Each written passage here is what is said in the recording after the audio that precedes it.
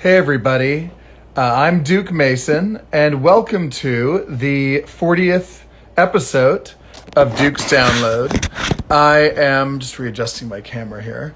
I am truly honored to have as our guest today, literally one of the smartest people on the planet and someone who I deeply admire, Stephen Fry, with us. He is on, so let me see if I can send him a request. 1 second. Sending it to him now. There we go. Sent it to him. Stephen! Hello there. Here I am. I should have Oh my warned lord. you. The camera dropped. I can see my beard has caused your camera to have some kind of conniption fit. I do apologize. I should have warned you that I'm hairy. As we actors like to say, it's for a part, darling. So that's my explanation. It suits you though. I like it. You're too kind. No, it really does. So you're in LA then right now? I am indeed, yes, doing this Hulu stroke Disney type thing. Very cool. Oh, but you can't, can you reveal any details about Well, it? I think it is public that we're making a, did you ever listen to a wonderful podcast called The Dropout? It was about the Elizabeth Holmes Theranos scandal. Course, yeah. For those who don't know, that was about a company in Silicon Valley that raised hundreds of millions of dollars on the claim that they could, from a single drop of blood, read a whole list of diseases, cancers, all kinds of things, and give them quickly and much, much better than existing phlebotomy and blood type machines. And it turned out to be snake oil, hot air, whatever, and a pretty grim business. Anyway, we're doing... It's funny, actually, because if I may just interrupt very quickly, because one of my very close friends was the creative director of Theranos when it first started, and Patrick O'Neill. Really? And I remember he was in the documentary that was done on HBO about it. And I remember him. I don't know how much he wants me to reveal on here, but he did. I remember him telling me early on that, telling me, "Oh, I'm part of this new company, and it's incredible, the technology." And then, yeah, but it's so sad. And related to that? All kinds of people invested in it. The Clintons, George Shultz, Rupert Murdoch. It was a lot of people got taken for a lot of money, and it was a grim business. And the wonderful thing about the production is that the luminously talented and brilliant and wonderful Amanda Seyfried is playing Elizabeth Holmes, and she's an absolute wonder. So I'm having fun. And I'm not filming today, obviously. And it is filming in the Valley, which for those who know Los Angeles will appreciate is usually 15 or 20 degrees hotter than the rest, not just of California, but the rest of the world, frankly. And I was just talking to someone on the set half an hour ago. It's about 110 at the moment, which is warm enough, I think. Well, it's hot enough over here. Especially as my character, James, I have to say, and I'm not complaining because this is obviously wonderful to get the opportunity to work on things like this, but my character, the wardrobe designer, has decided is more or less a chunky knitwear model. So I have that to contend with.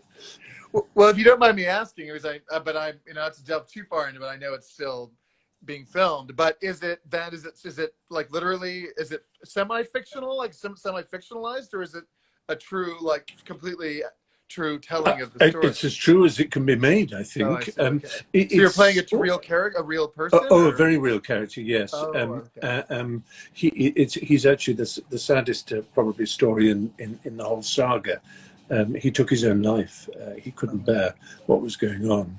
So I feel quite a responsibility to do it properly. And also I think it shows that this isn't a story of sort of buccaneer pirates who may have just overreached themselves like Icarus, but that actually there was human cost, a very serious human cost, not just the money and the bank accounts of those who invested thinking they were doing the right thing for helping the health, the health industry, but also people like Ian who lost their lives and everything, and his widow indeed. So yeah, it's anyway, there we go. Well, it sounds super interesting, though. I'm excited to see it. It's going to be amazing. Yeah. Um, but I thought I would start off by asking, or actually telling people about how we met, because I was thinking how crazy it is that I think it's been almost 10 years since Yeah. we met. And I remember how thrilled and honored I was when I think BBC reached out to me and asked if I'd be part of this documentary series that you did, which, by the way, for those of you who haven't watched, it's called Out There, and it's on YouTube. Actually, I rewatched it last night Oh, because goodness. it's so great, and it was about LGBTQ rights around the world, and you went to a lot of different places, including Los Angeles, and talked to people about the state of gay rights, both politically and culturally. And for like I said, for those who haven't seen it, you can watch it on YouTube. But I actually was amazed rewatching it because I was thinking like how crazy it is that you interviewed Bolsonaro in In Brazil, Brazil, yeah. That was, who now is the president, of course. yeah, I was in a pretty low state at that time. I'd been sort of around the world being confronting Russian and Ugandan and various other quite pathologically severe homophobes, and then to encounter Senator Bolsonaro, as he then was, who was a cold-eyed, brutal sort of man, quite apparent that there was something in him that was filled with hate and egoism and all the worst qualities, really. And I was pretty frightened of him, I have to say. There was one moment where he talked about, he kept, as people do when you try to pin them down on their homophobia, he kept slipping from religious to what he thought were biological arguments of what's natural. And I said, well, I'm glad you raised this, because I spoke before I came here to a number of friends who are zoologists, and they told me that there are hundreds, 400 at the very least, attested cases of gay behavior in the animal kingdom. I mean, truly gay behavior, not just sex, but bonding and pair bonding for life. But there are no attested cases, except in one species, of homophobia, and that's Homo sapiens. So who's unnatural, would you say? And he then stood up and said, I don't have to answer these questions. So I felt I'd got him, as it were, but hardly had got him, of course. He went on to become the disastrous president of Brazil, who is driving the country to its knees, it seems. But yeah, it was lovely meeting you then. It was on a rooftop pool in West Hollywood, I remember, and you were about 17 or something, preposterously young. And I think I was and I was 19, I was 19, 18 a brave and remarkable activist, and you were about to run for the mayoralty of West Hollywood, of course, and it was good to know, as it were, that the future was in good hands. And since that time, the culture has changed extraordinarily, and many of us would say there are awfully bad things that have happened in the world, and that's obviously true. You've gone through a 4-year period of a president who has encouraged some of the worst kinds of human behavior that one can imagine. But also, I think, as always, with progressive cultural and sexual matters, it's been 3 steps forward and 1 back, or 2 back, but generally the movement has been forward. And in arenas like sport, for example, there's a whole new kind of way of thinking and behaving about race and gender and sexuality that is becoming far more commonplace. And amongst your generation and even people younger than you, there is just so much.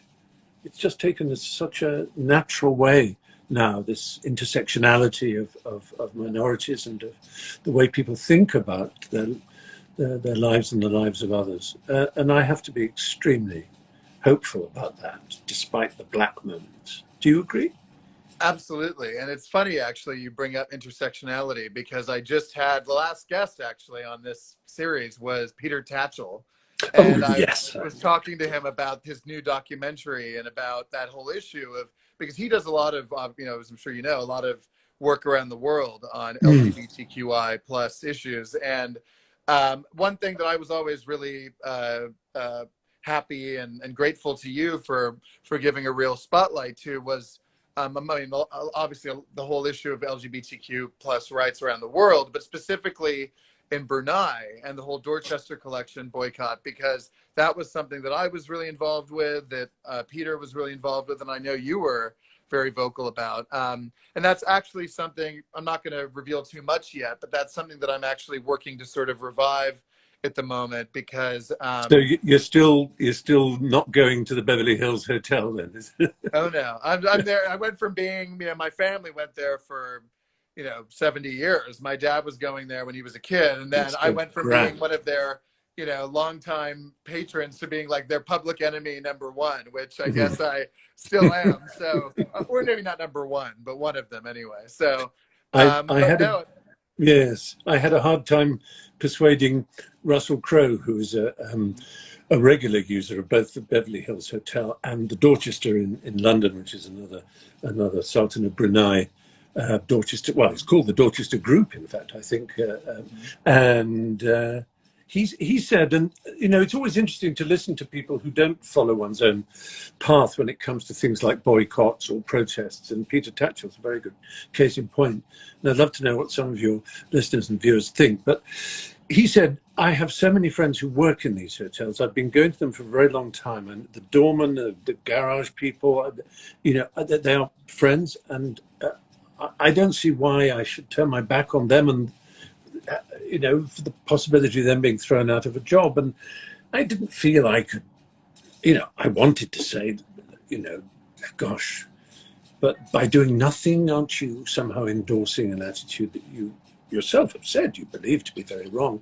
He said, yeah, but I think there are other ways. I can write from the hotel to the Sultan, and maybe Russell has, and maybe that is another way of doing things. Because when it was the aid thing, and this is where Peter Tatchell comes in, and of course Larry Kramer in America, most notably, with his really furious, very politicized, very angry view that the way the American government under Reagan, as it then was when it began, treated the AIDS epidemic and treated the major victims of it, gay men. And he took it as a hugely political fight, and one which he was quite prepared to smash windows and scream in people's faces and so on. And Peter Tatchell, whom you just spoke to, incredible bravery with which he has gone into places where, where people like us are expected to have our bones broken on pavements, and he's gone also into churches and denounced bishops from the pulpit and outed people and so on. And I've always felt, now, am I just a wuss? It reminded me of one of my great heroes, E.M. Forster, when the young Auden and Isherwood came to visit him because they were on their way to Spain to help with the International Brigade against Franco. And he stood there wringing his hands, saying, do you think I should go? And they said, no, Morgan, your place is in Cambridge writing essays. So I everybody's have true. to, It's kind I of true think it that is, everybody yeah, has their role to play, yeah, yeah. And I've always been of the mind that I'm an empiricist. I will bore people by saying this, but in other words, I care more about being effective than about being righteous. And I think that one of the major problems of our time is that so many people care about being right and righteous and care less about being effective. And sometimes you're more effective by slowly lapping as a tide rather than trying to engulf, if you know what I mean. I think the boiled frog syndrome. Do you know what I mean by that? If you put a frog in cold water and slowly raise the heat, the poor thing will boil to death without knowing it's going to. Whereas if you throw one in boiling water, it leaps out. And I think it's the same in a lot of political, especially social and cultural political matters. If you boil the water and ask for paradise on earth now, people react very frightened and disobliging. But if you slowly, and it's always too slow, and some people will always be angry and want change to be faster. But I'm in that sense, I'm a bit of a letdown for these kind of firebrands, because I'm one who says let the tide lap in rather than have a tsunami which will upset. I mean, where do you align yourself there, do you think? No, I think you're absolutely right. I mean, I vacillate between, depending on the issue. Sometimes I'll get very fired up about something, but I definitely am more in the sort of incrementalist Good book. mindset. Yeah. Hence why, not to get into this, but there's like I'm sure in the UK, same, the difference between more establishment type politicians. Like I was a big Hillary Clinton fan, where versus, the more sort of firebrand liberal sort of, or more left wing, super left wing, like Bernie or Jeremy Corbyn. I mean, it's a difference in sort of approach. And I definitely generally am more on the incrementalist side of the debate. Yeah. Very good. But I've just noticed some very lovely books, things coming through there. Someone said any news on the Odyssey, which has got. Well, actually, it's a good segue because I was just about to ask you, or I was going to ask you first, sort of, how great I think it is, and it's something that and then doing my research for this, I was reading a quote that I think it's from the introduction of your new book and of Troy, which is where you say that, I'll read it actually, where you said, "No background knowledge is necessary to appreciate the stories, and there's absolutely nothing academic or intellectual about Greek mythology. It is addictive, entertaining, approachable, and astonishingly human." And it's kind of actually what you were talking about with politics. Like, what you're doing is you're sort of introducing people to a genre that they don't necessarily, all that already know that much about. If someone were to try to give them, with the original classics, they might be super turned off, or be like, I don't understand that. It's too much for me to try to process. But because you're sort of introducing them to it in a very accessible way, I think that's a really sort of, and I mean, obviously it's working because the last two have been, the first one was super successful. There have been two out already. There have been two, Mythos and Heroes, They've sold over 1 million between them, I'm glad to say, which is in Britain mostly, so it's quite good. I'm delighted by their success, but of course it's the success of the common body of storytelling that created the myths more than anything. And it's been wonderful to get letters particularly from the very young. That point is important, that there has been the whiff of the schoolroom about Greek myths, mostly because, of course, a lot of people first encountered, Achilles and Atalanta or Hera and, all the gods and goddesses and heroes and heroines in the classroom and as projects or side projects or whatever. So also the very fact that the Greek language in our mouths is one we associate with technical things and medical things. So, indeed, a lot of the characters sound as if they might be sexually transmitted diseases. Oh, she's got a nasty case of Clytemnestra.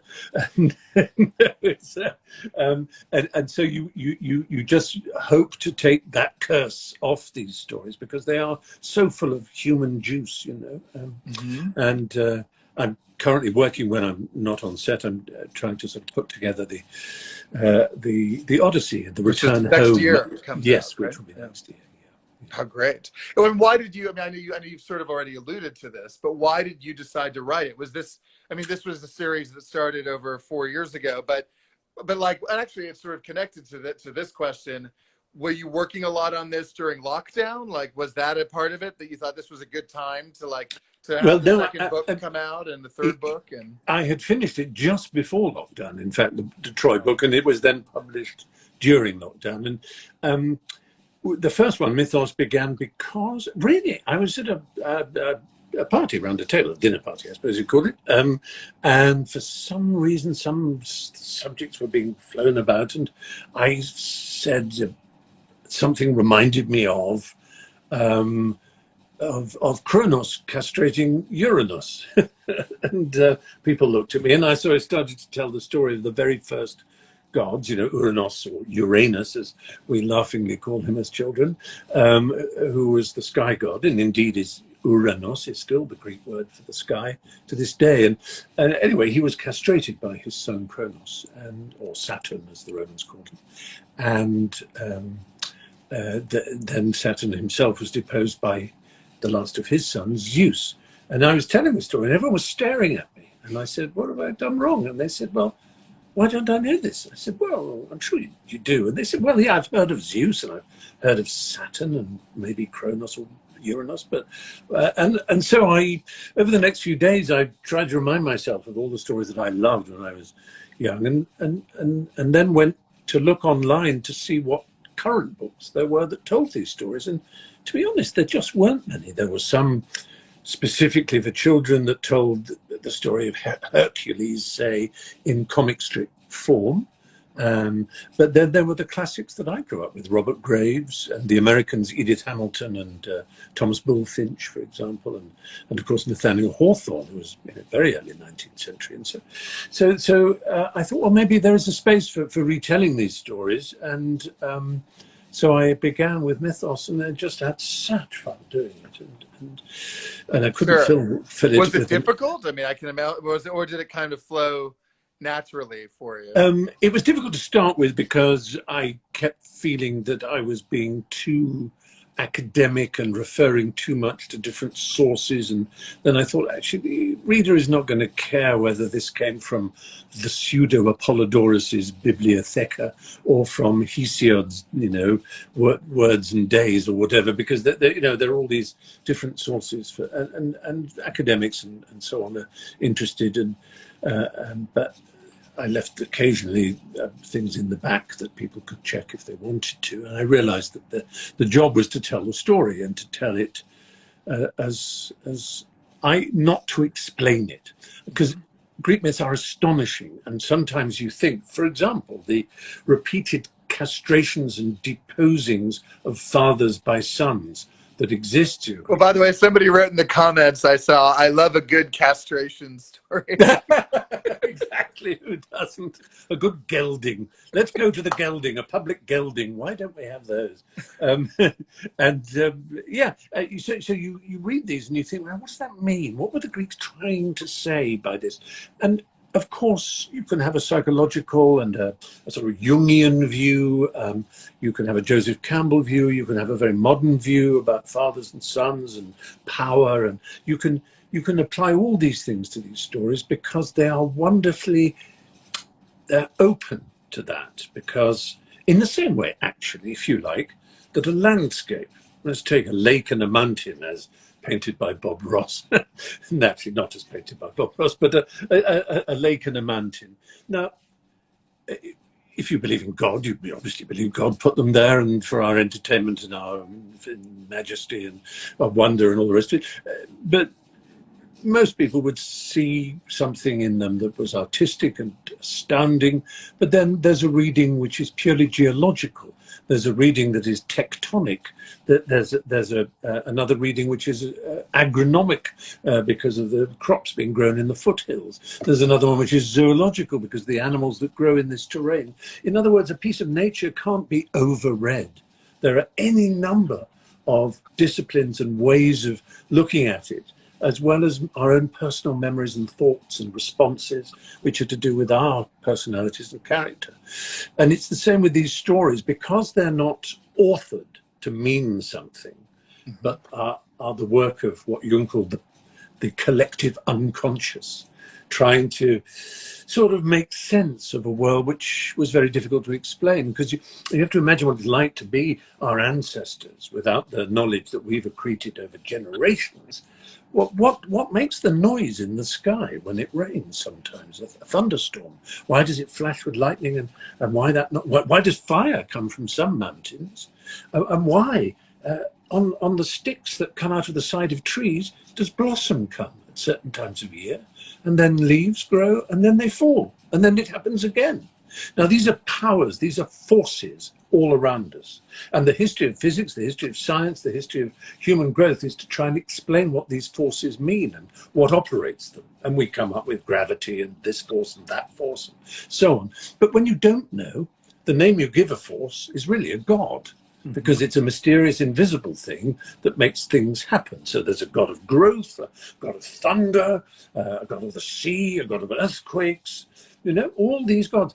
And then as you start to understand more and more, you refine them. I liken it to the improvement in resolution in video games. It starts with blocky, unaliased kind of images that just move around rather jerkily. And then each new generation is a sort of smoothing and an adding of colors and a resolution until finally you're in a 4K world and a 3D world and everything else. And it's the same with Greek myths. It starts with these blocky figures, and then slowly they become more and more sophisticated, and the explanations and the narratives behind them become more and more wonderful. So You connect the dots. yeah, I just heard, I don't know if you can ever hear it, living in America, one of the things that puzzles Britons more than anything else is leaf blowers. What the hell? You see them go on people's backs, and what's wrong with a broom? You just push a few leaves away into a corner. It takes no effort, gets you a little bit fitter. And the same people using their leaf blowers probably then go off to an expensive gym. Well, hello, use a broom. And that noise. It's Well, we know astounding. Americans are generally lazier, you know, and they just want to, you know, just they're brooms. They're like, I don't want a broom. I just want to blow everything away with a. It is very Homer Simpson, isn't it? And I remember going once to Lake Minnetonka in Minnesota, which is just north of the Twin Cities. I was doing a documentary, and we were taken out on the lake. It was in winter in a huge, pickup by this guy who was our sort of contributor to this day's filming, and we were going to go fishing.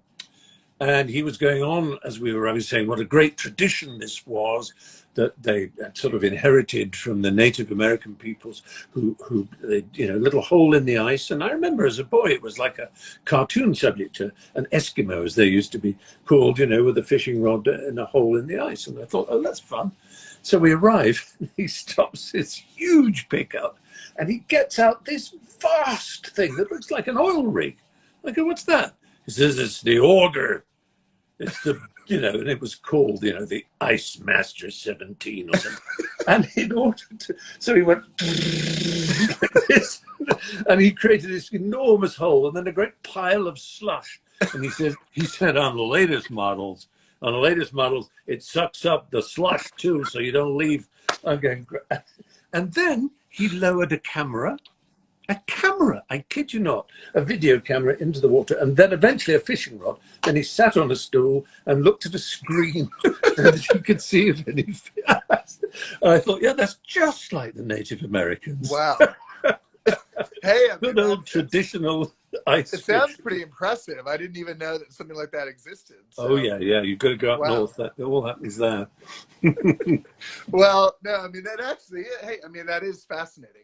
But no, I wanted to ask you, because we only have a little time left. I wanted to ask you about your other book, which is literally probably about this is why you're just such an incredible human being. Your range is unbelievable.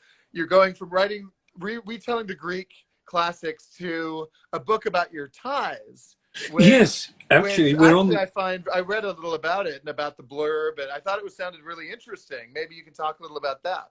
Yes, well, we're on the right channel, as it were, because it was an Instagram.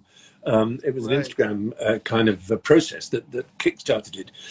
In March of 2020, when lockdown began in Britain, I think on the 23rd, everybody, in a slightly excited and uncertain way, hunkered down in their various homes, and I was with my husband in Norfolk, in England, in the countryside, in the house, and. Like a lot, we started to look around and remember where things were and tidy cupboards up. And I started to open drawers, and I discovered I had drawerfuls of old ties that I hadn't worn for ages. I'd almost forgotten about them. Hundreds of them. I have a great love of neckties. I don't know why. And they are fabulous little indicators of so much. They're a little bit of real estate where you can be colourful and show patterns and exciting vibrancy. If you did it on a jacket or on a pair of trousers, it would be overdone, or at least it would be very flamboyant, very, very pop star, very surrealist artist or something. And that's not what I or a lot of people are. A lot of people who wear ties, men mostly, but women too, like the fact that they can just use this small amount of space in which to sort of glare with colour. And in Britain too, there are also all kinds of codes behind ties, because there are ties that are very hard to get. or at least they represent something hard to get. There's for example, a yellow and orange striped tie known as the bacon and egg tie, which means that you're a member of the MCC, the Marylebone Cricket Club, which has a Wow. 23-year waiting list to get to become a Wow. member, for example. Or there's the salmon and cucumber tie, pink and light green, of the Garrick Club, which is a club that a lot of British actors are members of, and is, I mean, and of course many people go, "That's elitism," and of course they're probably right, because there are school ties, college ties, that if you know, you'll go, "Oh, so he went to Balliol, Oxford, or she was at Queen's Cambridge," or whatever it is, So there are these little things. And then there's the history, there's remembering Nicole Miller in the 1980s in New York, a designer who was hugely fashionable, and just looking at that tie, and I would do one every day on Instagram, photograph it, and then do a little written piece about it. So in the case of Nicole Miller, talking about yuppies, really, yuppies and Madison Avenue, and the same with Brooks Brothers ties, and so I was able to go back to my first days in New York when I fell in love with the city. And so it's amazing what little windows into cultural, social worlds ties are. And as I was doing this, it got lots and lots of notice from followers, and many of them, I mean, really a huge number, said, "You must turn this into a book." And I thought, that's a bit silly. But of course, my publishers at Penguin saw this. Michael Joseph, an imprint of Penguin Books, Penguin Random House, or Random Penguin, as we call it, said, "Yes, we'll do it." And they've worked with me to put together the most wonderful designs, and it's coming out in a few months. Fry's ties. Amazing. How long ago I think it's great that you have, obviously you have a publisher where, something can be, well, I mean, it's been about a year since you've been doing this, right? So it went from this idea that you started doing on Instagram to now coming out in November, and it's going to be fascinating. I'm sure I can't wait to read it. Yes, I never know the etiquette of how much one should express gratitude at one's good fortune in life, because it's perfectly obvious to anybody listening that if I can get a book published about something as silly as ties that quickly, what about me and my great novel that I've been working on for 4 years and I can't get anyone to read it? They may well be thinking, and I know that on the one hand, you want to make it clear that you are fully aware of how unfairly lucky you are. On the other hand, that's probably a very annoying thing to hear someone just keep going on, "Oh, I'm so lucky." But on a more serious note, what often happens in acting and in writing is that you get letters from individuals and from their parents or loved ones asking advice. And the counterintuitive thing is, if you want advice about how to get a book published, don't go to a successful writer, because the chances are they never had a problem. They were lucky. They just wrote a book, said, "Oh, I'll send it to a publisher," and the publisher said, "Fantastic." What you want is to read the biography of a writer or an actor, if we're talking about the stage or film or TV, to read in their biography that this actor, she or he, had terrible trouble getting noticed. It was a really difficult business getting started in the profession or as a writer, because they will have advice for you. They know what it's like to have to take certain steps to get noticed. And if I say that I don't know, I'm not saying it to sound arrogant. It's just because I have been so blessed in my life at not having to do that knocking on the doors. That Gene Kelly scene. Well, I mean, you've had a pretty unbelievable and journey, and I mean, you've been through a lot. You've worked. It goes without saying, you've worked an incredible amount to get, to earn your success. So I mean, but I mean, yeah. So I think you've well earned every bit of success you've ever had. You're very kind. You really are. I mean, honestly, I can't wait to read it and to look at, because I mean, I just listened to you talking about the ice technology, ice breaking technology in Minnesota, and it's like the most fascinating thing I've ever heard. So I mean, seriously, you're incredible. Seriously. Well, so James, you're awfully kind. Thank you. And I'm loving seeing all these comments coming through. Have you been seeing any of them? There's someone there who said her husband had an MCC tie and she found it disgusting. So Everybody, that's the thing too. Everybody will have an interesting opinion, and yeah, I'm sure people will be interested to get it, have their perspective on it, and it's going to be fun. I'm I sure. think it's also obviously of my generation, a lot of young men in particular, because we always had to wear ties at school as part of school uniform. Hmm. I think that's less common in America, except in very ritzy private schools in New England, perhaps. But yeah, we have to wear ties. And so, of course, a tie becomes a symbol of imprisonment and throttling, almost literally. And all the cool boys obviously wore them very much loosely with the collar open, and that we took them out and used them. There's a way you can crack a tie by doing that. It cracks like a whip, which is quite fun. And so you couldn't wait to get rid of it. Your shedding of the tie became a symbol of your independence, Freedom. your maverick freedom, and all the rest of it. But then, of course, things you become retro about them, and so in the way that AC/DC, one of their singers, is always dressed like a schoolboy in a tie with shorts, and I feel it's a bit. I wonder now, and I wonder what you think about this. If I were young now, if I were 15, say, and I was at school, I have a strong feeling, and I can't be sure that it's right, but I have a strong feeling that I would abandon and be uninterested in Instagram and TikTok and Twitter and Facebook. I would think they were lame. I would look at the other kids in the schoolyard, all looking at photographs and swapping them. I'd think, God, that's so lame. And I would probably want to find in a junkyard an old printer somewhere, an old, duplicating machine or something, and with friends say, hey, let's not use mobile phones. I love the idea of being in school and the teacher saying, okay, I'll need your assignments, I'll need your homework essays in my inbox, email inbox and then I put my hand up and go, sir, I don't have email. Mm-hmm. So what do you mean you don't have email? I don't have it. You don't have a computer? You can use a computer. No, I don't have email. I don't use a computer. I'll write the essay out by hand. I need your actual inbox, i.e. your home mailbox address, so I can deliver it. And they they wouldn't know what to say. You can't ban someone from writing an essay by hand. You Right. can't force them to do it by email. And I would love that. Or using a typewriter would be fun.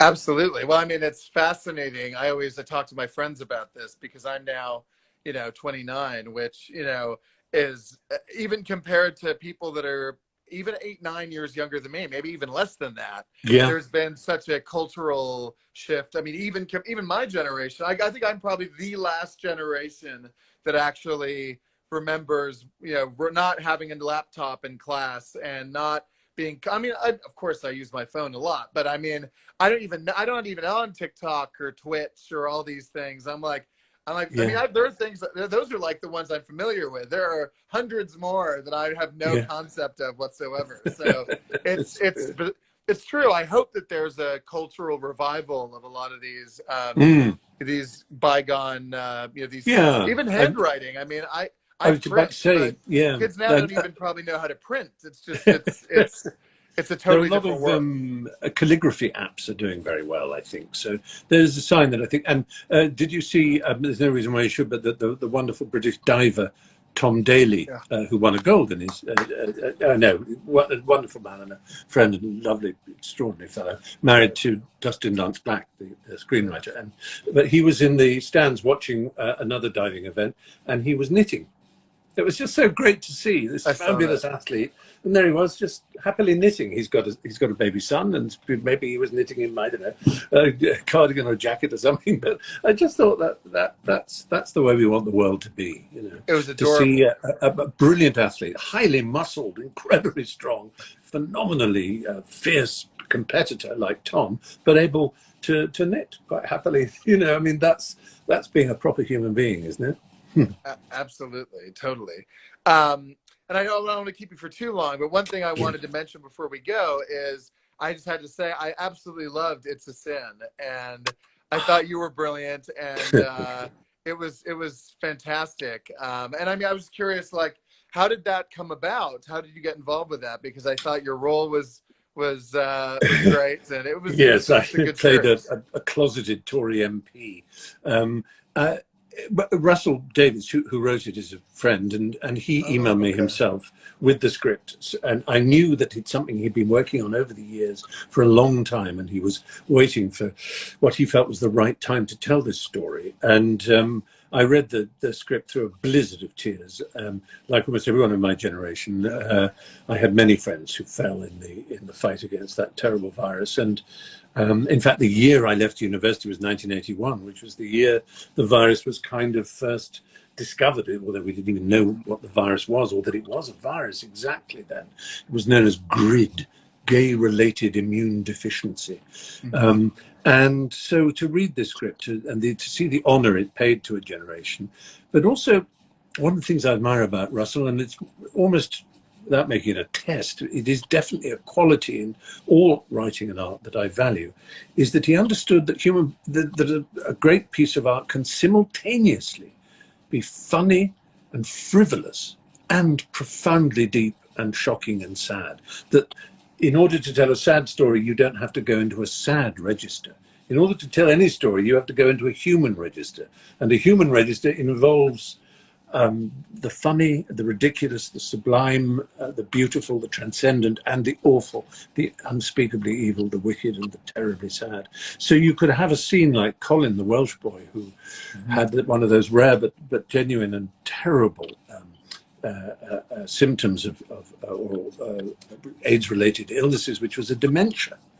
So you see this boy lying in hospital, with his friends visiting, and his mind is obviously, he starts masturbating and starts talking complete nonsense. And it's with his mother funny. in the room, It's funny in an awful way, as well as heart-stoppingly dreadful.